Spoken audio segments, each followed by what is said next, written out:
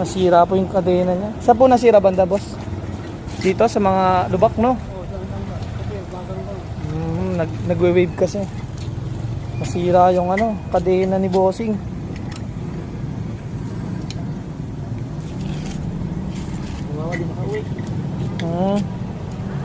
Kawang gawa. Okay. Nakakatuwad. Bigyan ng gulong.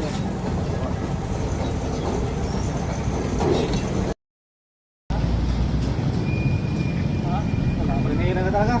Hindi na problema. Tulong na lang natin. Pasok. Okay, bossing. Buti na ayos. Salamat.